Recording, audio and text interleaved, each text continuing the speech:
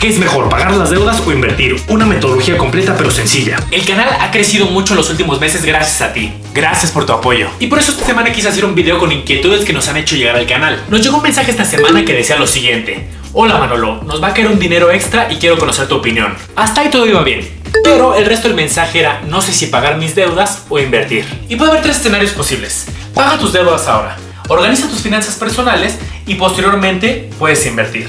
Un segundo escenario es: invierte y paulatinamente haz un plan para disminuir tu deuda.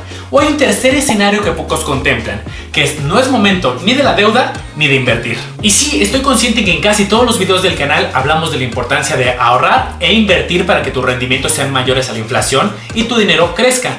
Pero en este caso es importante considerar el contexto. Y la verdad es que justamente a mí me enoja siempre que alguien da un consejo financiero sin justamente conocer el contexto. Primero, el contexto de la deuda. La primera pregunta es: ¿tu deuda genera intereses o no? Ya sé que casi todas las deudas generan intereses, pero podríamos estar hablando de una compra con una tarjeta de crédito a meses sin intereses, donde ahí lo importante es cumplir con las fechas de pago, porque si no, tu compra sí va a generar intereses. Pero bueno, supongamos que sí genera intereses. La segunda pregunta que nos tenemos que hacer es: ¿cuál es la tasa de tu crédito? No es lo mismo la tasa de un crédito, por ejemplo, hipotecario, a la tasa de un crédito en una tarjeta de crédito, justamente.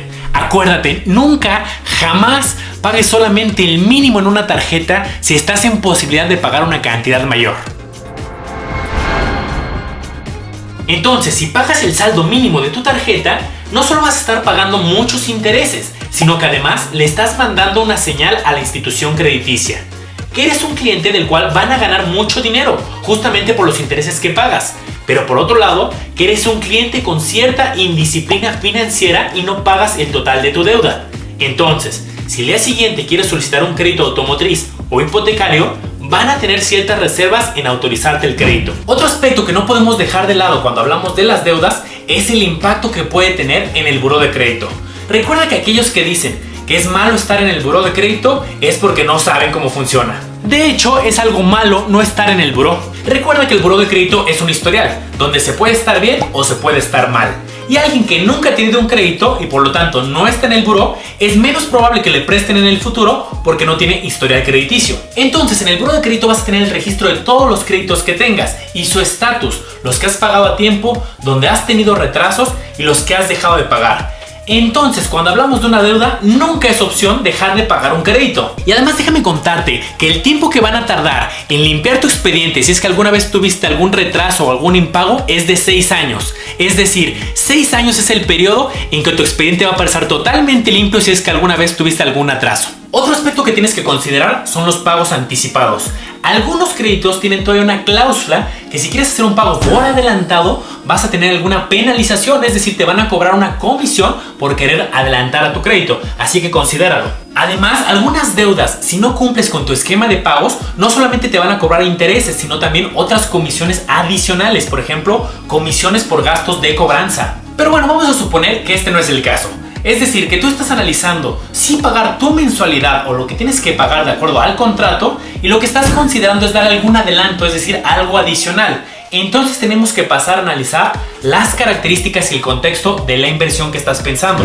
Así como nos preguntamos cuál era la tasa de la deuda, ahora hay que preguntarnos cuál es la tasa o el rendimiento de la inversión. Y aquí hay dos escenarios. El primer escenario es el más sencillo, que tu tasa sea fija y conocida desde el principio.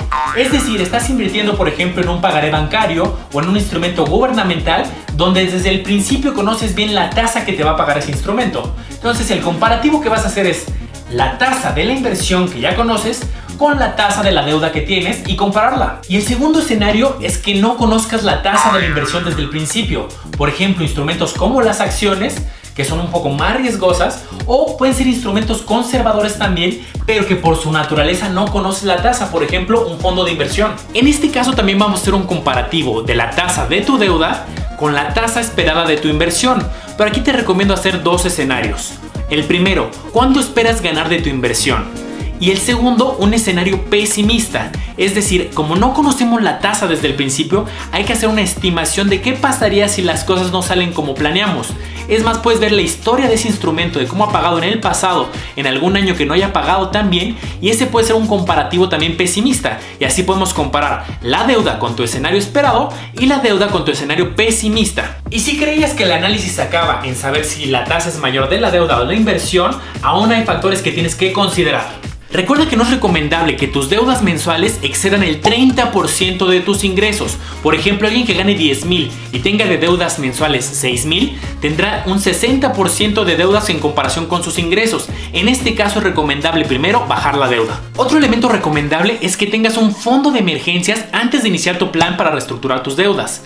¿Por qué? Tú puedes ir avanzando en tus deudas, pero si no tienes un fondo de emergencias y sucede un imprevisto, ¿qué va a suceder? Vas a tener que a lo mejor contratar más deudas o tomar decisiones financieras apresuradas para atender esa emergencia. Entonces, primero un fondo de emergencia y luego ya podrás ver si reestructuras la deuda o inviertes. Y claro, también hay que considerar el por qué estás invirtiendo. Por ejemplo, si tienes una meta muy importante, por ejemplo, pagar la educación de tus hijos y cada mes estás haciendo aportación a alguna inversión, es probable que no tengas que decidir entre pagar la deuda o invertir y puedas hacer un punto intermedio, es decir, un plan donde continúes invirtiendo y paulatinamente disminuyas tus deudas. En resumen, dejar de pagar una deuda nunca es opción porque tienes implicaciones adicionales. Aparte de altos intereses, puedes tener otras comisiones y el impacto en tu buró de crédito. Segundo, considera cuál de las dos va a tener una tasa mayor, si la tasa de la deuda o la tasa o el rendimiento de tu inversión. Tercero, considera otros elementos de tu situación financiera, por ejemplo, si tienes un fondo de emergencia o el porcentaje de deudas que tienes.